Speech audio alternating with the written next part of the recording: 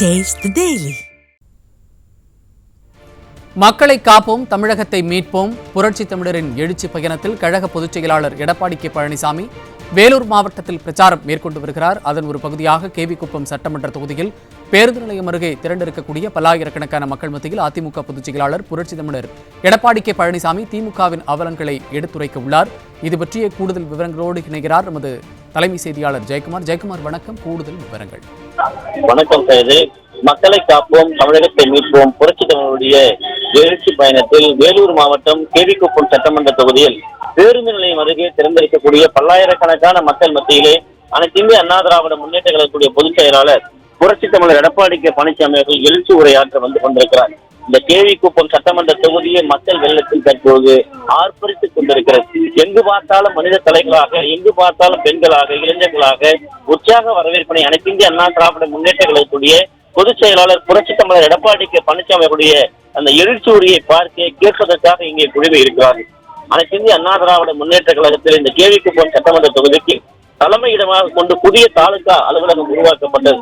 குறிப்பாக இங்கு இந்த தாலுகா அலுவலகம் உருவாக்கி கொடுத்ததால் இங்கு இருக்கக்கூடிய ஏழை எளிய மக்கள், இந்த பகுதியில் இருக்கக்கூடிய விவசாயம் பெறக்கூடிய மக்கள் அந்த அலுவலகத்தை மிகப்பெரிய அளவிலே பயன்படுத்திக் கொள்கிற ஒரு வாய்ப்பை கழக அரசு ஏற்படுத்திக் கொள்கிறது. அதே போன்று வடுக்கந்தாங்கலில் ரயில்வே மேம்பாலம் அமைத்துக் கொடுத்தது. அதே போன்று பசுமாத்தூர் ரயில்வே மேம்பாலம், குடியாத்தம் பரதார அந்த இருவழிச்சாலை அகலப்படுத்தி கொடுத்தது. காட்பாடி வீக்கோட்டா சாலை இருவழிச்சாலையாக அகலப்படுத்தி கொடுக்கப்பட்டது. குடியாத்தம் சைனகுண்டா இருவழிச்சாலையாக பண்ணது. அதே போன்று மேல் ஆலத்தூர் ரயில்வே சுரங்கப்பாதை அமைத்துக் கொடுத்தது. அதே போன்று பரதாமி ரயில்வே நிலையத்தை 100 ஆண்டுகளுக்கு வாடகை கட்டிடத்தில் செயல்பட்டு வந்ததை அம்மாவின் அரசு சொந்த கட்டிடத்திலே கட்டித் தந்தது. அதே போன்று கள்ளப்பாடி, கொட்டமிட்டா ஆகிய ஊர்களிலே உயர்நிலைப் பள்ளிகள் மேல்நிலைப் பள்ளிகளாக தரம் உயர்த்தி கொடுத்ததால் பல்லாயிரக்கணக்கான ஏழை எளிய மற்றும் நடுத்தர மக்கள், அந்த விவசாயிகளுடைய குழந்தைகள் இந்த கல்வி கற்பதற்கு, மேல்நிலை கல்வி பெறுவதற்கு மிகப்பெரிய ஒரு வரப்பிரசாதமாக இருந்தது. அதே போன்று பரதாமி, கேவிக்குப்பம், லத்தேரி ஆகிய ஊர்களிலே இருவாளர் படிக்கக்கூடிய மேல்நிலைப் பள்ளியை பிரித்து புதியதாக பெண்கள் மேல்நிலைப் பள்ளியாக உருவாக்கி கொடுக்கப்பட்டது.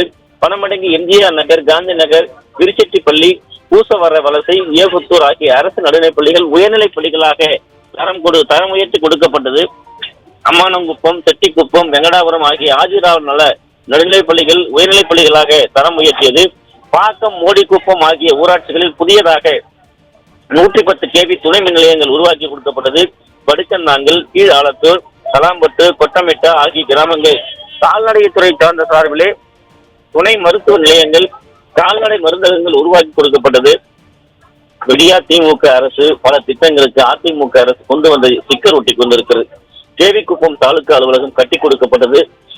அதனை திறந்து வைத்து ஸ்டாலின் ஸ்டிக்கர் ஒட்டி இருக்கிறார். குடியாத்தம் கோட்டாட்சியர் அலுவலகமே கோட்டாட்சியம் குடியிருப்பு கட்டப்பட்டது. அதனை ஸ்டிக்கர் ஒட்டி ஸ்டாலின் திறந்து வைத்திருக்கிறார்.